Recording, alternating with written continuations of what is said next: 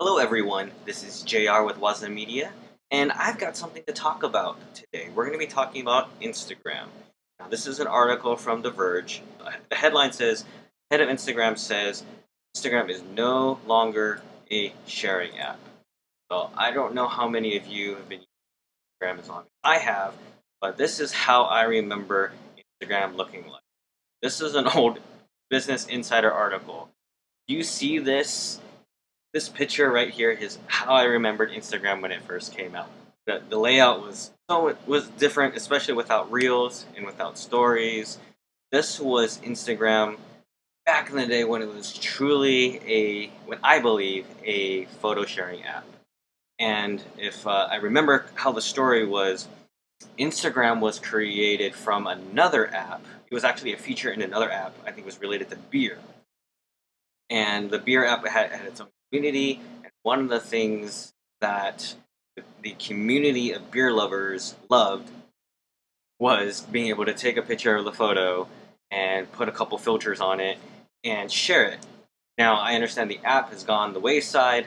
However, this one feature, this photo sharing application, this feature was something that they doubled on and took it out of this beer community app and made it its own standalone and is made into Instagram.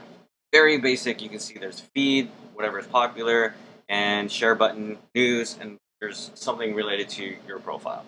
And the one thing I remembered the most was you had to post the photos in a one by one in a square format. And so that really, for me as a photographer, that made me I had to really think about composition and sure I was setting the photo for the application and for Instagram. And looking at this photo here from Business Insider, this looks like the lo-fi filter. Comment below if you remember any of these filters, and comment what was your favorite filter from the OG Instagram days. So going back to current 2021, head of Instagram says Instagram is no longer a photo sharing app. And it's really coming down to video is really taking over. If you're managing social media, you're probably finding in your engagements that most people will look at a video and you're able to capture your audience with those 8 second video clips. You look at how TikTok, Reels, Snapchat, they're able to capture attention that very short amount of time, and it's interesting for people.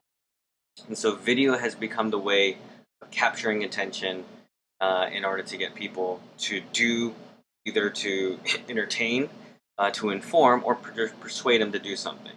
The persuade definitely has to go to buy something, and then you can use that for swiping up to go to a product website, or with Instagram you can buy stuff within the site. So that's a whole other thing. The biggest thing now is talking about why Instagram is according to the head honchos of Instagram, it's not a photo sharing app. So we're going to dive into this section right here. The message that Instagram is sending is clear. It no longer wants to be thought of as the square photo sharing app we talked about earlier, but instead as a general entertainment app driven by algorithms and videos. And you've seen in these platforms where, depending on what information that you put in, what your interests, and then what you start exploring, you'll see that's how content is being driven to you and to your audiences. How many of you remember how Facebook used to be, in which everything was done by timeline, and how you would be able to see all your friends' things and their posts within a timeline, and it was based on when people posted. And then over the years, we found out that to change it so that way it's more with the algorithm. That they've created an algorithm. And they believe it will enhance the user experience with the platform. And then, of course, the other part is to make sure that it runs ads as well. So let's go back a bit. We have Adam Mosseri, He is saying that the company is looking to lean more into entertainment and video after seeing the success of competitors like TikTok. And so TikTok has short form content, go up to about a minute, and then YouTube is experimenting with shorts. I think it's still in beta, and it is up to 60 seconds. So you've got TikTok and you've got YouTube, and of course you've got Snapchat that have been doing about a minute of content, short form content up to a minute, and then we have Instagram Reels, we have Stories. So we are seeing across all the different platforms that attention span has to be caught in shorter amount of time, and by doing so, it forces the creative to think about their messaging, think about the story that you're trying to tell, or if you're trying to sell something, is how are you going to catch attention enough that it'll at least make someone think, yes, that is for me. As a photographer, I miss the photo sharing app. But even as a photographer, scrolling through platforms such as Instagram, I am personally finding that I am spending more time watching a video. I'm finding that I am watching these videos from start to finish. And when it comes to the photos, I can easily scroll and be gone. And sometimes I'll look at a photo or two, and for like less than a second, done, gone, next, next, next. But with a video, it takes more time for me to process what's in it. Therefore, I am locked in. Some of you have probably found out that there's some really, really, really good storytellers who were really great on Vine, and then they were able to tell a story within 6 to 7 seconds, and they captured your attention. My favorite ones were the ones that looped over and over and over again, as if it was one continuous one. Those were my favorite.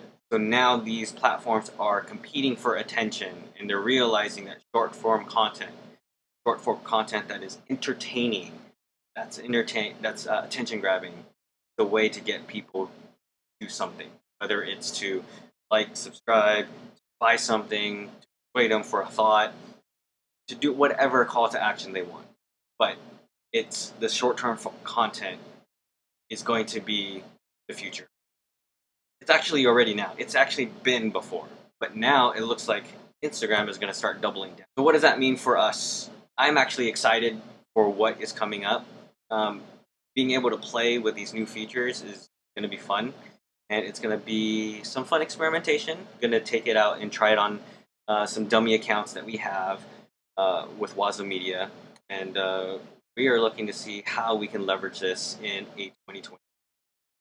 We know that everyone is competing for attention, and I know our clients are looking for ways to capture the attention of potential leads and potential customers. So with our very, very small R&D team, and also I'm going to have fun seeing what's new and trying out new things. And here's the thing. All these companies are always doing something different. The Google algorithm, the almighty algorithm, it keeps changing, and we always try to like catch up to find out what it is. Change is good. Once you find out rules of the game, the game rules change, and that's what keeps the competitive edge for certain companies and certain agencies. So it's very, very important to keep experimenting. And if you're a personal brand or a business that's doing your own marketing, you have to spend the time learning these platforms because that's the way and how you will reach your audience. And sometimes it's taking a couple hours a week, experimenting, talking with other people, or you can talk to us and we'll be able to help you out. So this is just a short video talking about how Instagram and also the state of things related to social. We are moving in a different direction. We're going towards video. We're going to algorithms. It looks like platforms are looking to make more personalized experiences for the user, so that way it's more custom to them.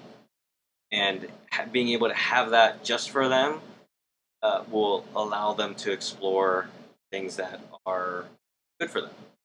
It's a good thing. If you like this video, make sure you like and subscribe. And from WazaMedia, see you later.